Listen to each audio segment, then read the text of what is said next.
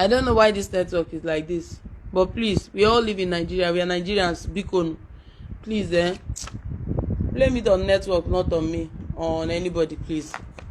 I've tried to switch different networks, and I'm running between two networks like this. I'm using Tizeti, I'm using Smile, I'm using MTN. So I just switch. You know, I think Ron Kepo taught me that when this one is messing up, switch over to the next one. So we're all waiting for Serenu's concert to come in, and it's been an emotional evening for me because, in fact, I'm tongue-tied. I don't even know what to say. I was asking a question before on the medical system in Nigeria. Is it a question of a failed system? The network is not funny. I'm telling you the honest recollections. Is it a question of a failed system or a question of people who care less people's life?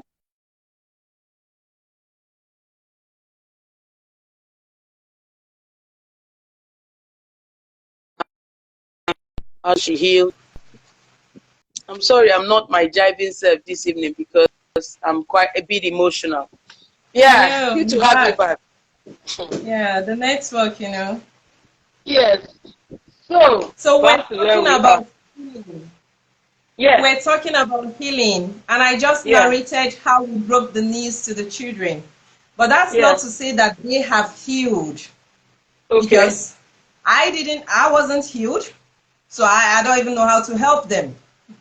Wow. So, yes.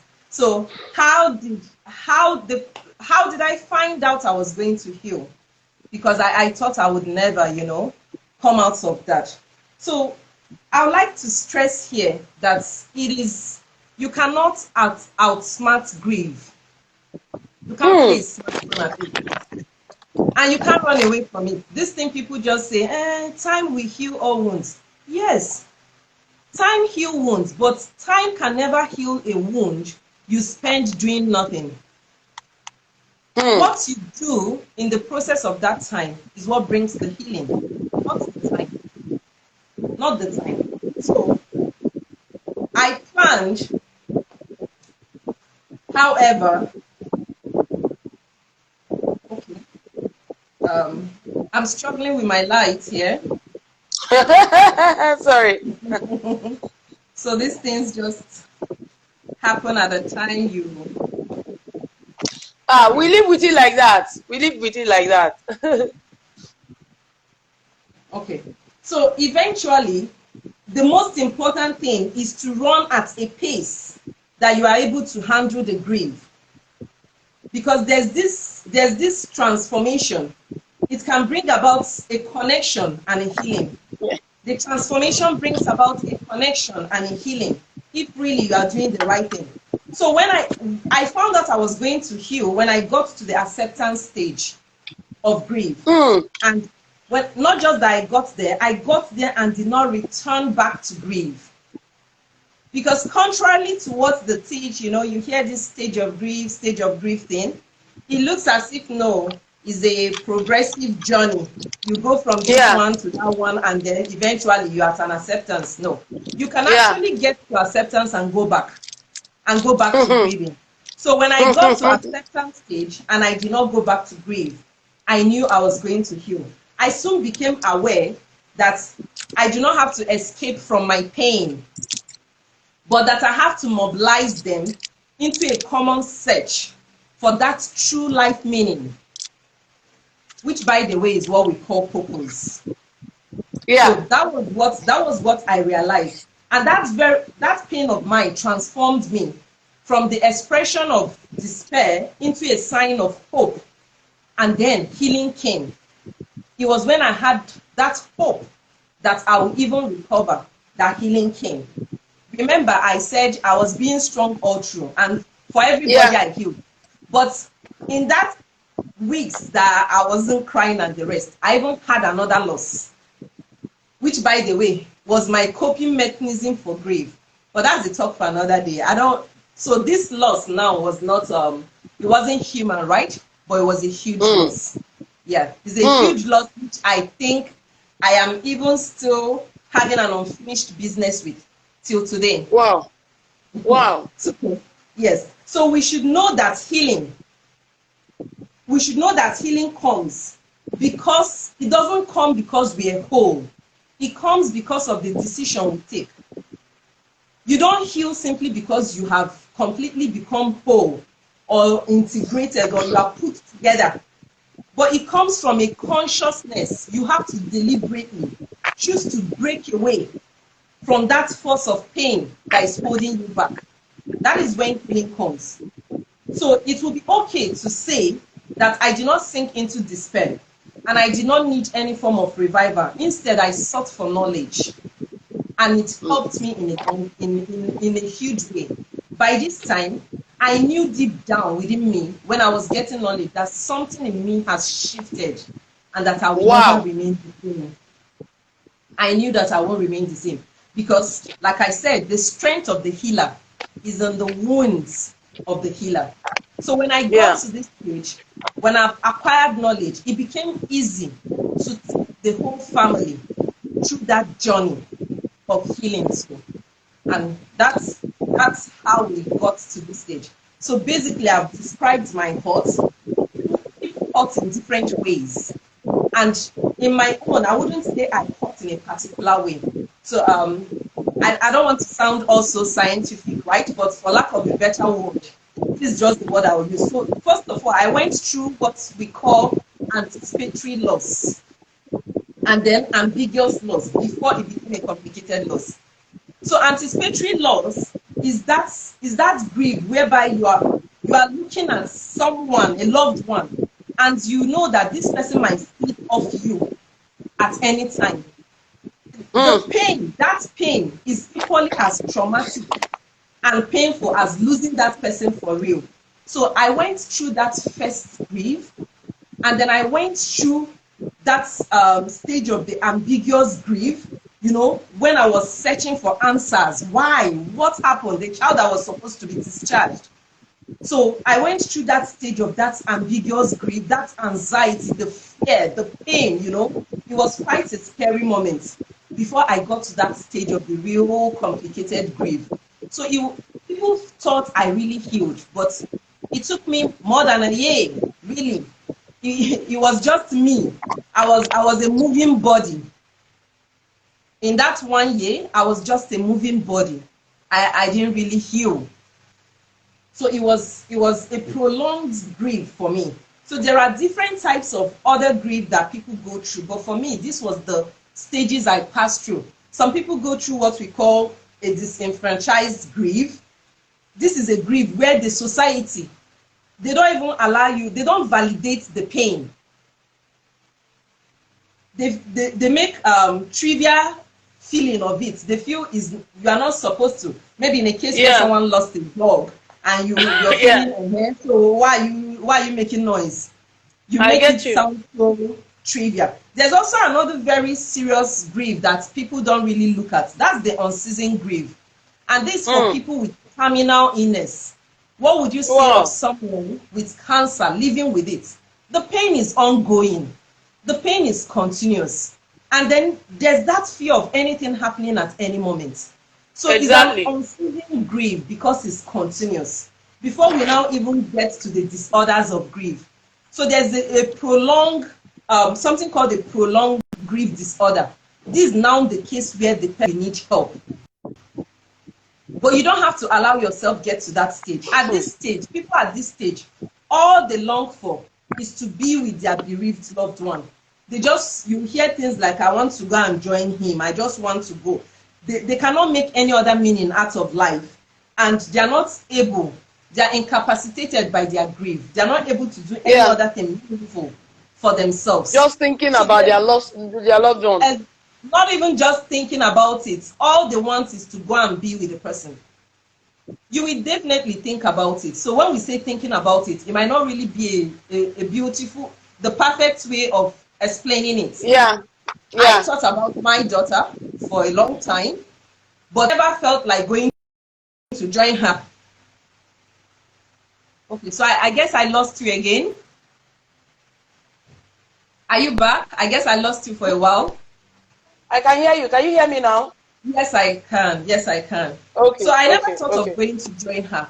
So with this knowledge, I was able to know the particular kind of grief every member of the family was experiencing.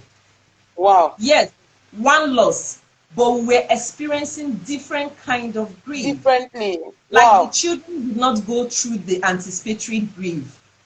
For them, there's nothing wrong with their sister. She just went, she'll come back. Just like any sick child, you go to the hospital, you come back. Yes. You know, they didn't see all that. So knowing the type of grief they were experiencing helped me.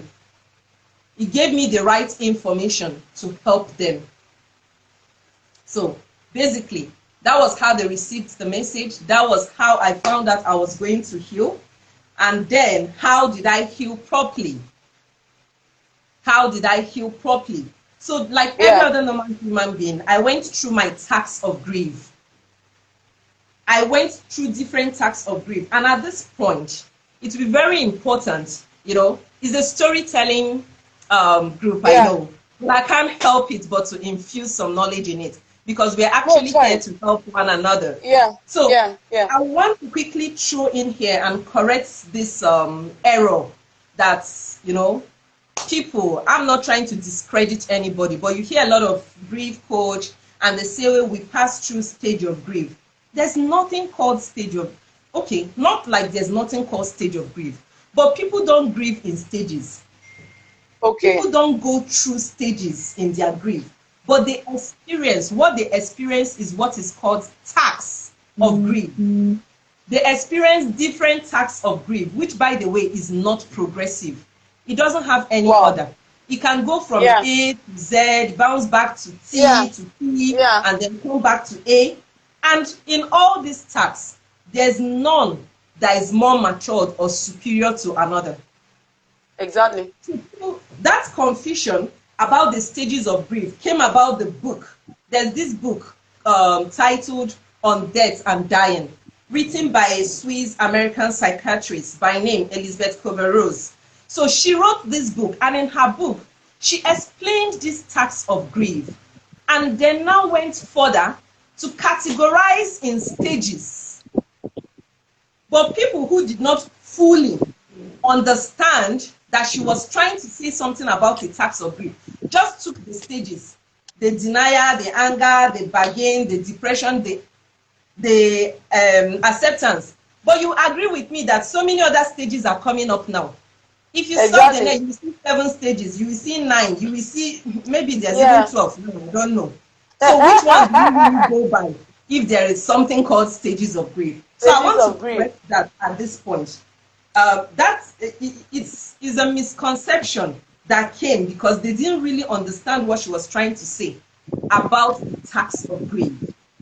So it's important for people to note that, because you'll be looking, by now, should they say denial? She's supposed to have gone to. She's supposed to have gone to acceptance now. Acceptance, yes. There's nothing like that. So you know the internet have a lot, good and bad alike.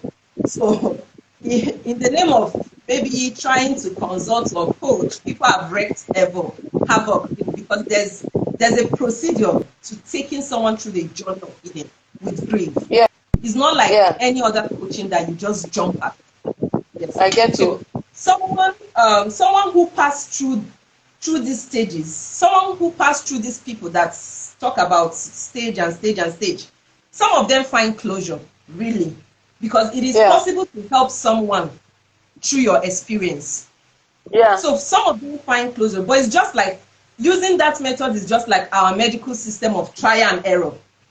Yeah. Yes, in a civilized country, you dare not claim what you are not. In a civilized country, because when things go wrong, you can spend your entire life trying to mop it up. Yes. So, to discredit anybody here, but it is good that I point that out so that in looking for solution, you look for solution in the right place. Neither am I claiming superior in any way. I'm still learning. In fact, I'm a baby in the school of knowledge. I'm still learning.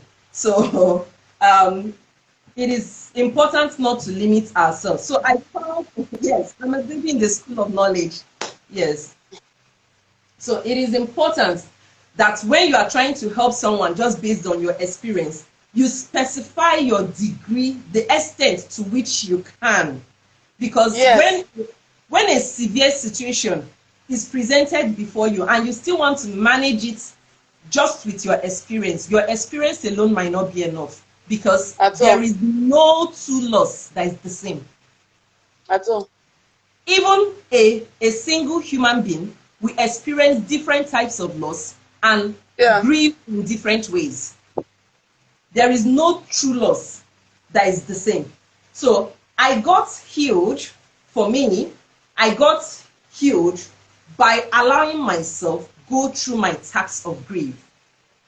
Then the first key source of my healing, even before I acquired knowledge, was the word of God. You know, at this point, you need to cling to the source of your existence. And that was what I did. It was the word of God. It became my bench rock, my solid rock then that I stood on. And when I realized that there's a supreme being, and I encountered the wounded Messiah, and Wow. I acknowledged him, he led me on the journey that prepared me to sit down here today and speak like this. Because if not for his guidance, maybe I wouldn't have gone for knowledge. Maybe I wouldn't have even gotten the right knowledge. Maybe I would have gone and even not get anything out of it. So I would say that was fundamental to my healing, and then knowledge. So there's something about personal encounter, right? There's something about personal encounter. Having encountered God, I encountered my coach and my mentor. And I remember that day in class, as if he knew I didn't come for healing. I didn't come for any grief thing. In fact, he didn't even know I was bereaved. So my first source of knowledge wasn't even for healing. It was things around family. So in class, he said, supposing if you are a spouse and you lost your husband, supposing you look at it that this person came to your life to play a role, and this person have completed their role in your life and needed to move on for you to become a better, stronger, and greater person, how would you interpret their loss? You see that question? Only I know one man that can ask that question. I know just one man. I know just one man. So that question sat with me for a long time, and I kept searching for the answer. When I found the answer and gave my loss a new narrative, wow, it shaped my experience of loss in a huge way. And it became my inner strength, my inner strength. And today the rest is history. We're here, all healed. Like, we can even talk about her in the house, and we're like, last 3 weeks, my son that is trying to play ballet, I don't even know, he said he wants to ballet, went into her cabinet and took her skirt and wore her skirt as ballet. If it's before, I'll nearly set him on fire. Because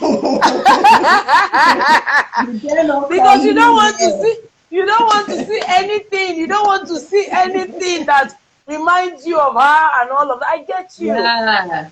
So you know there was something you said that we've healed. Yeah, we've healed. Amazing. Now there's something you said, clinging on to God, the word of God, and all of that. But you held on to God. Then he had to direct you to humans that helped you get the direction of where you are going to. Exactly. In the part of the world where you and I come from, we are only going to be told, pray. Please, I'm asking this. I'm a spiritual person. I love God. I serve God with all my heart. But I know that there's a point where you get to. Even God wants you to meet humans that will help you get clarity on your path. So what do you say to people who are grieving and, they keep on crying to God in the middle of the night, God, can you just take this pain away? Like you said, you cannot be grieving and sit one place without doing something to help yourself. So, should we just pray and not work our healing out? Or should we pray and work our healing out? Which one should we do? So at this point, I would like to make a quick reference still to my scripture. Faith without action is dead. Sure. That's sure. the straight answer. Faith, you cannot just cling on to God, you know. He needs a vessel to work. Yes, sometimes he doesn't need that vessel.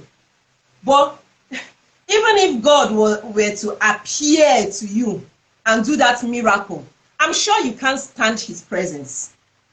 Yeah. So he needs to come to you in a subtle way, in a Yeah. way that you can receive. And that's true, man.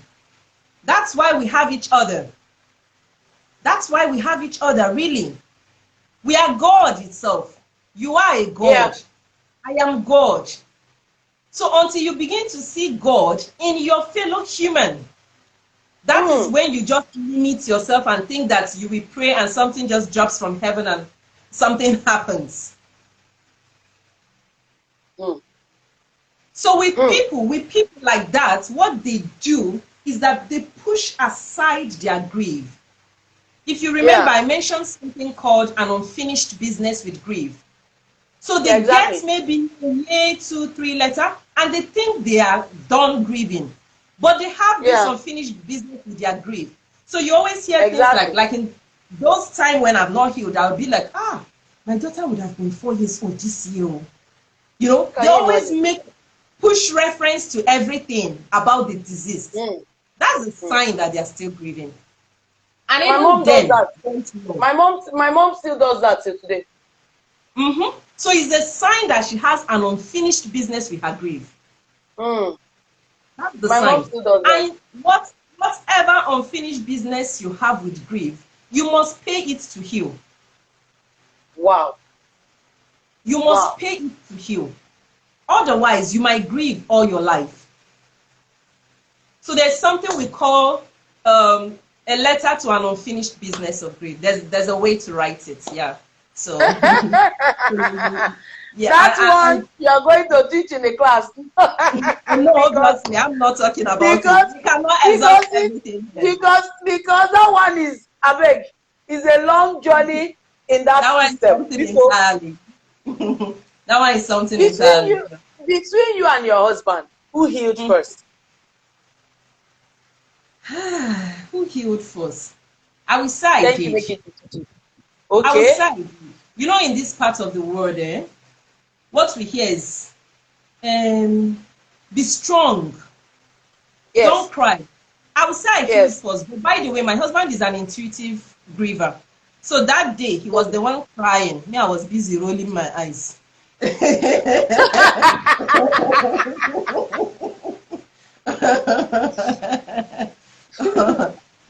So I healed first, and then I helped them through the journey. I would say I healed first because for him, he would rather not talk about it. Oh, that's denial. It's a sign you've not healed. So maybe when I bring up something I want to talk, you'd be like, oh, leave that talk. Oh. But today, even before I came to this class, I said, I'm going to talk on this somewhere. And then we sat, and then we read the story, and then he was just, Had even they found out on time. Had even, but we can now process it from a place of strength. Let me say it that way, from a place of strength. So when I refer to her now, you hear me say something like, my warrior, my queen, you fought. Yeah, she fought. Several times she came out of it, but for our poor medical system, several times she came out of it, So she fought. And that new narrative, that new way of remembering her. So when I'm saying all that, you just see me, I'm smiling, I have a very beautiful picture of, her memory now. Yeah. Okay, someone wrote, make it Bichichi wrote, strong woman. A lot of women will struggle. Much. I just saw that. Thank you very much, Make it Bichichi. Thank you, everyone. Sorry, I'm not calling out anybody's name. We're trying to catch up with time. I know. A lot of women will struggle to understand your healing. Why do you think that will be happening? And I believe that. But why do you think some women or some parents will struggle to understand your healing process? Because their narrative about healing is still distorted or faulty. Or possibly they've not even found a narrative. Wow. Like I said, until I changed my narrative about my loss, Yeah. despite encountering God, getting knowledge, I did not heal. But what helped me to change the narrative? It was God and the knowledge. So it is a process, you know. It's a process. If I didn't encounter him, he wouldn't have led me to the source of knowledge. If I didn't get that knowledge, I wouldn't know anything called changing narrative. Exactly. So for people who struggle to understand this healing, it is because they still have this huge struggle with the narrative of their healing, or they don't even know what. If I didn't know what it is, I wouldn't be talking about it. So it's not anybody's fault if the person does not know. You know, we only function within the limits of the knowledge we have. We know. Yeah. Exactly. Yeah. So they are neither wrong for all right that way. Yeah. Okay, I'm going to ask you something there. Mm-hmm. I remember going to visit someone who lost a child too. Mm-hmm. Someone very, someone just. So, I get to see some people coming in, their statement, God brought, God has taken. If there was no purpose, there is something.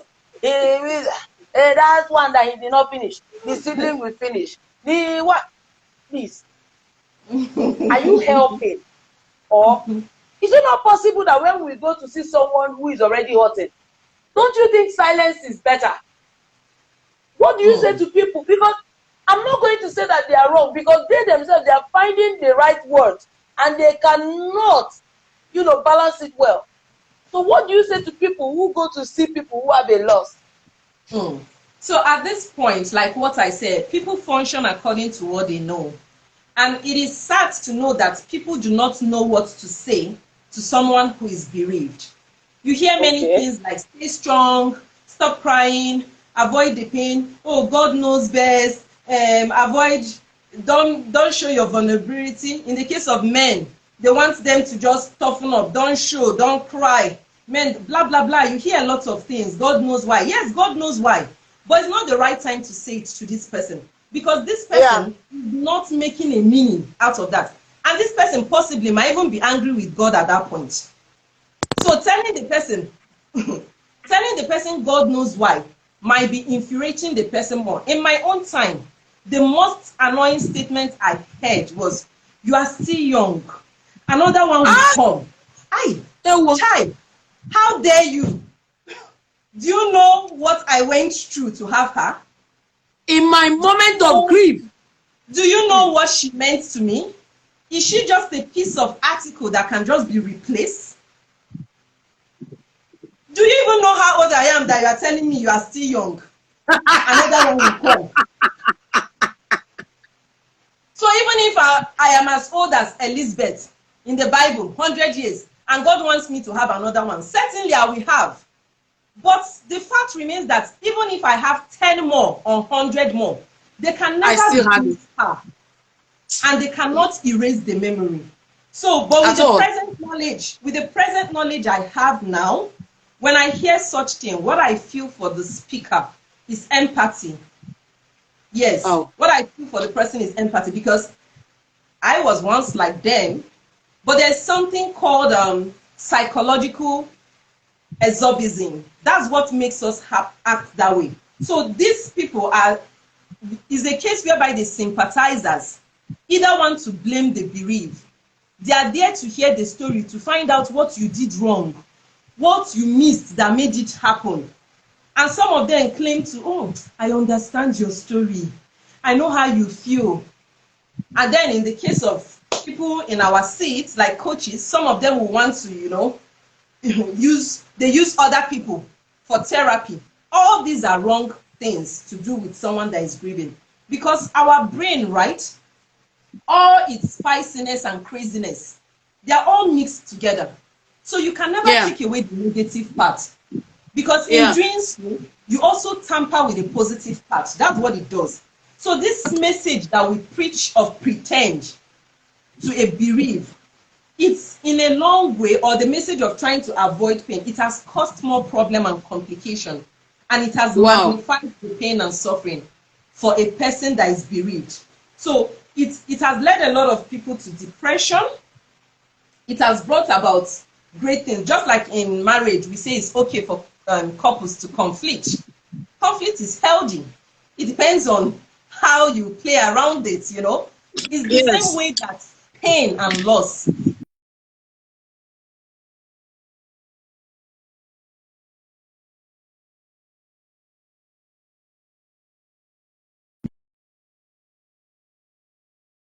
Hello. Okay, so you need to be refined through that process for that diamond in you to show.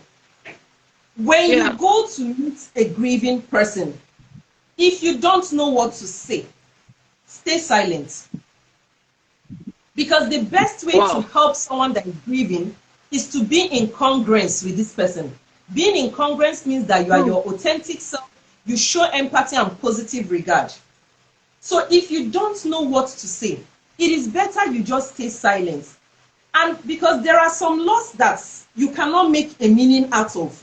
So how do you even begin to speak on something that the subject matter is not completely known to you?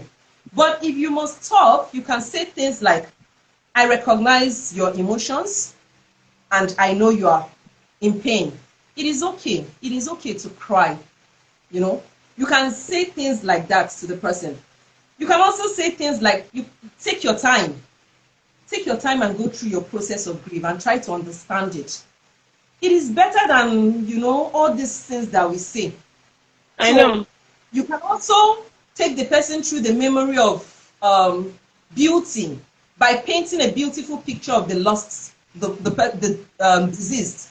You can say something like, what a wonderful person she was in her lifetime, and what a great life she has lived. You know, it makes the bereaved hopeful. So you should be a source of light. You should be a source of hope.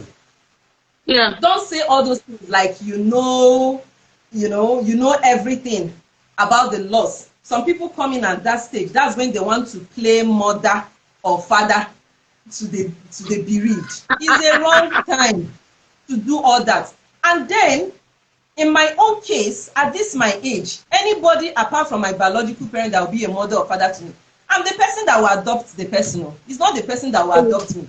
Because you need to qualify some criteria for me to call you mommy. Old age is not a sign of old age is not a sign of attaining that respect of mommy. Because stupid people also grow old. Yes. Hello. I can hear you. No, I can hear you. Yeah. Can you hear me? So I say, yes, I hear you now. Can you hear me? Yes, I can. Go ahead. I can. Okay. So you can also encourage the person to have a journal of thoughts where the person can write down, you know, because at that time, lots of flashes and memories come to mind. So if the person is able to pour out their thoughts in writing, it's encouraged that you get creative at that time. I have a wonderful friend that called me then and said, what do you like doing? Because she knows I like colors. And she said, would you like to paint? Paint what you feel. Wow. Know? So that if people that are grieving can be encouraged to get creative with themselves. If you feel like writing, write. If you feel like drawing, draw. If it's dancing, dance. If it's jumping. It's true that a lot of people around this part of the world, they don't understand all these things that I'm saying. Exactly. So if you are doing that, especially if it's maybe a loss of a spouse, they might interpret it that you are rejoicing. You are happy. Hey. Now what? So they might interpret it that you are happy. But then at that point, you have to do anything that helps you, not what another person feels is important to you. It's also important to repeat, teach them. You can tell them if the person is able to voice out their negative, feelings, you can encourage them to replace it with positive feelings. You have a Yeah. way of filling them up. And then it's also important to encourage them to forgive. In my own case, I had a lot of forgiving to do. I had to Wow. forgive myself too. Yes. Wow. So I had a lot of, all those doctors, they needed my forgiveness really. Because people were In fact, questioning, why didn't you even sue? the government, you needed to forgive the government. So it's a whole lot. There's so many empowering things you can say to someone that is grieving, other than all these things that we say. Don't say, don't cry. Don't say another one will come. It's not a piece of furniture. It's not a handbag that you just jump out and you buy another one. And no matter how many others that come later, they can't replace That the one can never be replaced. Yeah. Yes. So Because there's always a memory. There's always an attachment. There's something that will remind us that someone was here before. Yeah, exactly. So it's a memory that will never leave you, really. That's why the narrative is important. So I remember when I was grieving, my mother-in-law, who by the way is close to 80, was telling me the story of her own child loss. So she still remembers, even at 80. So it's something that is the memory that stays with you, but how you choose to remember it is what makes the difference. So the question of forgetting it is not there. You cannot really forget, but you can choose to remember in a positive way. So what do you say? Because you are now strong, you are knowledgeable. So what do you say to parents who are grieving and they are still struggling? Parents who are grieving and are still struggling, the first thing is to cling to your source of existence. There's this type of deep healing that nothing else can feel. So if you're not a Christian, it depends on your faith, right? But I know that every faith has something they believe in. Exactly. Cling onto the source of your existence. At that point, is really, really important. Forgive anybody that needs to be forgiven, even yourself.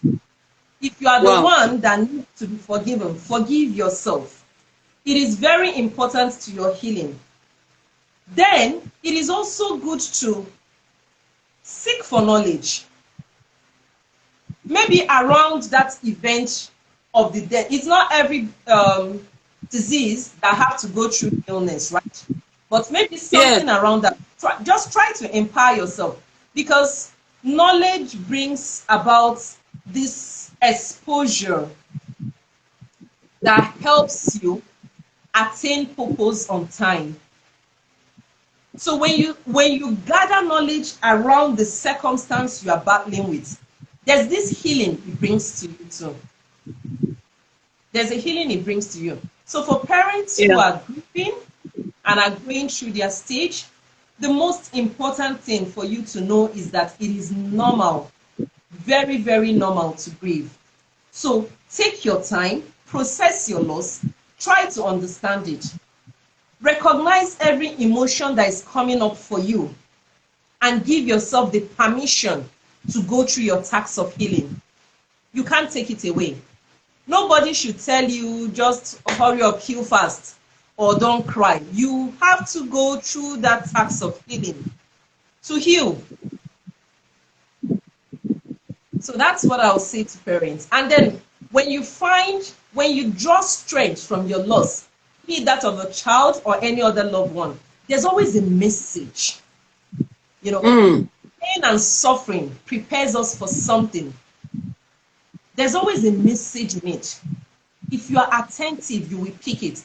And when you pick it, I tell you, you won't remain the same. It has a way of magnifying your growth. It will just throw you like a springboard from 0 to 100. When you find that message, which is the purpose. Because for every journey you encounter in life, it is preparing you for something. Everything you pass through in life is preparing you for something. So don't spend the whole moment. It's okay to grieve, but don't spend your whole time wallowing in tears. That's one thing that you wouldn't want to do. It doesn't empower you in any way. So cry when it comes. Today, do I still cry? Obviously. Obviously. There are still moments and then you are like, okay, you go that soft.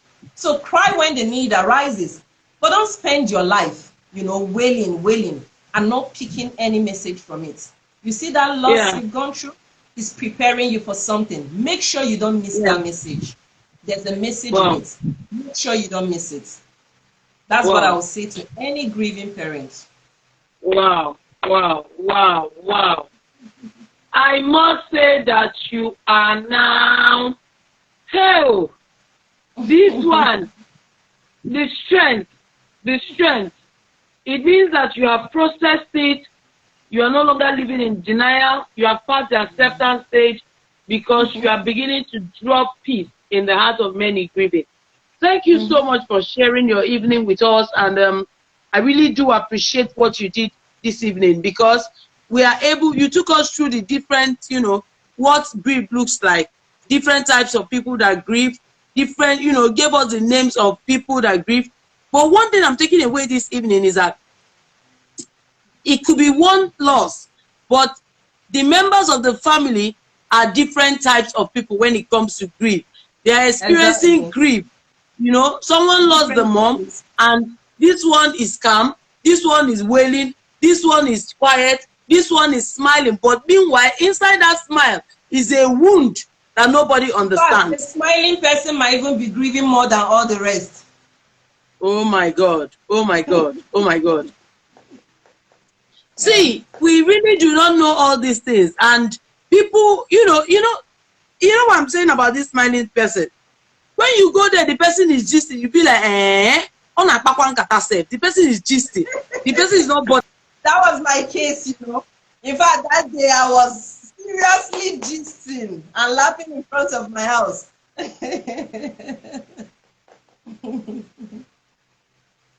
You're grieving. Hello. Can you hear me? Oh my God. Can you hear me now? Yes, I can. You just came back. I think it's the network. I said they didn't know that you were in serious pain. Nobody understood what you were going through.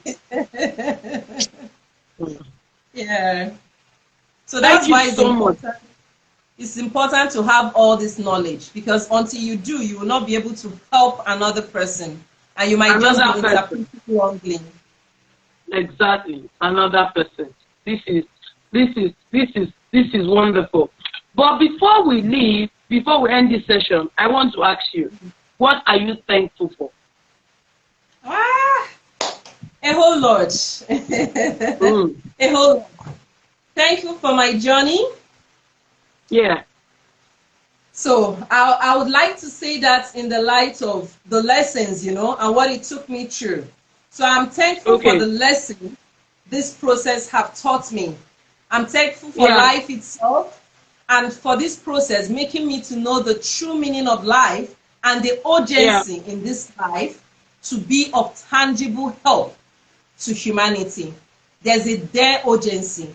Life is very short, So I learned that there's a power that exists beyond our comprehension. Beyond now, before then I was just a churchgoer, So but there's something about the personal encounter. So I learned about this power that exists beyond my comprehension. And then I also learned that I should never waste my time on revenge, because anyone that hurt me did that based on what they know. They are acting according to the degree of knowledge that is available to them. And even if they did it on purpose, I should still forgive them either way, for my peace of mind. You know why? Karma awaits everybody. A lot of people, a lot of people question why I didn't sue the doctors, the hospital, but this is my reason. I shouldn't spend my time doing that. It won't bring her back. No. That's like revenge mission, trying to strip them of their license and all that. What would I have achieved by doing that? So I also learned that there's no market in this world for your emotions. No matter what you feel, there's no market where you will sell that emotion. So a lot of people around you during your grief, they are there for the story. There are a few that are sincerely there, but a lot, I will tell you, they are there for the story. So never you advertise your feeling for the sake of self-pity. As much as we say you should identify your emotions, do not advertise, underline that. Do not advertise your feelings for the sake of self-pity. Just allow yourself to feel your emotion, name it, process it, and then show your attitude. That's what they need to see, not your advertised emotion. So I also learned that I now know for sure that, you know, there's a refined diamond after any deep pain, because this present situation of pain is not the destination. So That thing you are going through is not your destination. There's still the destination ahead, which is the best part of you, and it gets to come. So you need to keep moving towards it. Pain and difficulty in life, it does not come to destroy you. It does not come to break you. It comes to bring out the hidden potential and the power in you. That's what it does. So you must choose at your own time. You must choose how you grieve. Because this pain and difficulty, you are not the one that chooses when it happens. It chooses you. No. It chooses you at your own time, for your own refinery. And it's not something that you choose for yourself, but you are privileged to be chosen. If you look beyond the pain and see that you are privileged to be chosen, then you'll be able to pick the lessons.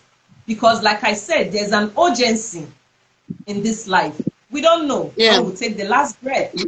So there's an urgency to do something tangible with your life. What impact are you making? It's not about how long did you live. What impact? How many lives did you touch? What did you do? All that have been deposited in you, what did you do with it? That's the most important thing. So every pain have a lesson in it. And every lesson will change the person that is in you. And until you are fully purified, never stop learning. Because life will keep teaching you so long as you are alive. Another key thing here is that affections and relationships matters a whole lot in this life. The relationships we keep. So never you leave a true relationship because of few faults. Now you also understand why I needed to forgive. That hospital have been my family doctor. They've been my family hospital. So are we going to be enemies now because of these few faults? No.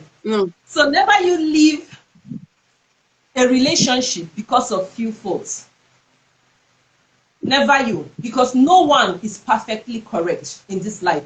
At the end, what matters most is the relationship. That is what matters most, not the perfection. The doctor today is still my friend, you know, I still see them. In fact, he has also treated me after the loss of my daughter. So we're good. So, and I know he would be feeling so bad. Yeah. But then we can't turn back the hands of time. No, not at all. Yes. Not at all. Another key thing is do not expect loyalty from people who cannot give you honesty. If you observe raindrops, water drops, right? When it drops on a surface, a sand or a rock, the sand will absorb. The water will distill. It will go in. But when that same water drops on a plant, the plant will grow. It is one and the same thing. What is that telling us? The company we keep is very important and it matters. The company we keep, it is the same drop of water, but where it drops is what matters. So where the company you choose to drop yourself into is very important, because family is not always blood. Family is not always blood. So at that moment of grief, you might be shocked at what the supposed loyal people will do. I was privileged to experience my share, but at the same time, I had wonderful family members during my period of grief. And when I say family members now, quote it, I'm not referring to blood. So I have wonderful family members, and it helped me a lot. The question here is, who are your family members? Who are your family members? Is a very deep question. Above all, life is beautiful, life is short, time is fast. There's no replay in life. There's no reply. So one day goes, 1 hour, 1 minute. We will never get back that time again once it's gone. So avoid fights, avoid anger, avoid bitterness. Speak lovingly to everyone, because this life is so short. And this life being so short is what's living well. Being so short is what's living well and living fully.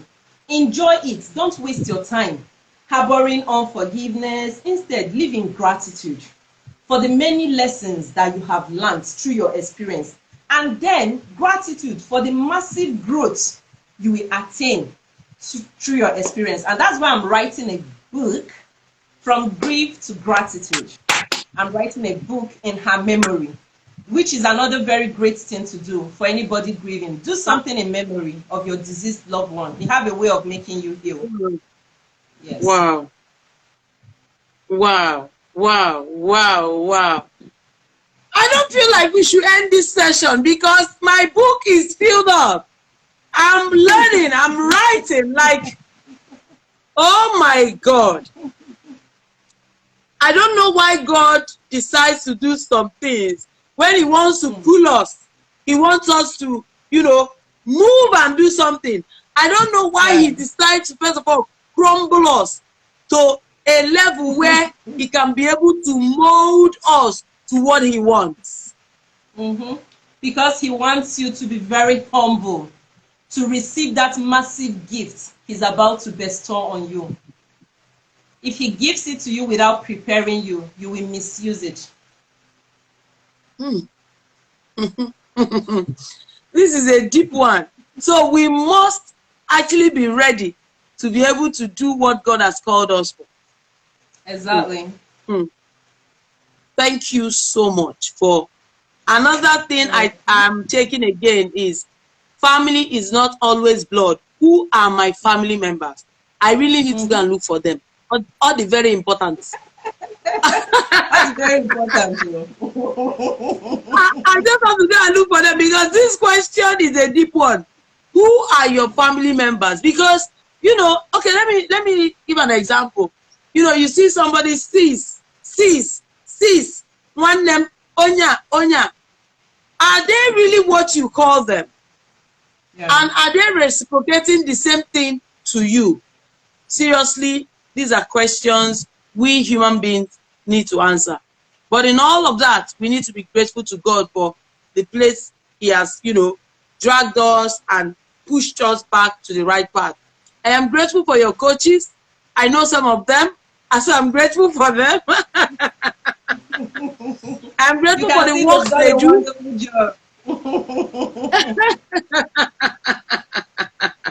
They have done an amazing job. I'm telling you the honest truth. But we thank God, like you said, we are God. So God takes us to another God to bring out the deposit of God in us. So I am grateful to what God has done with you. I am so grateful to God for that. To every human being who has walked this path with you, to every soul you have brought out to see that grieving is not something we need to dwell our life into. I really appreciate you for what you are doing, because it takes strength to become a grief coach. Thank you so much for sharing your evening with me. And thank you for making me cry. Thank you for making me cry. Now I get and now I have found out the kind of person I am when it comes to grief. Thank you so much for making me cry. Thank you so much. It was really a wonderful evening I spent with you. God bless you. God bless you for doing me this honor. I will not take this for granted. Thank you so much. It's my pleasure. I want to thank everyone that joined in today. And yes. I might not call your name one after the other, we're trying to struggle against the internet, but I'm grateful that you're here to hear this and possibly pick something from it. If not for yourself, for the person next to you. You never can tell who needs your help. We are all here to help one another. So thank you for coming today. Thank you once again, Amaka, for having me on the Parents with Savvy platform. And then you asked, why Serenity? Why not Grief Coach? I don't want to use I don't want to use the disempowering name. Okay. So what is the positive part of grieving? You have found peace. Yes. So serenity. And saying that I don't do only grief coaching, I do other form of coaching. So what did I do? In the middle of it all, what do I want to help clients do? I want to help them attain peace, no matter the complexity that is going on in their life. Hence, serenity, inner peace, despite whatever you are going through. Inner peace. There is still place for inner peace. And once you find inner peace, every other thing is secondary. You can be going through pain and smiling with serenity. So with that, I say thank you and have a wonderful night rest. Thank you for having me. Thank you so much. Thank you everyone that joined us. God bless you. God bless you. We love you. Do have a wonderful evening. My regards to your family. They will hear. All right. Bye. All right.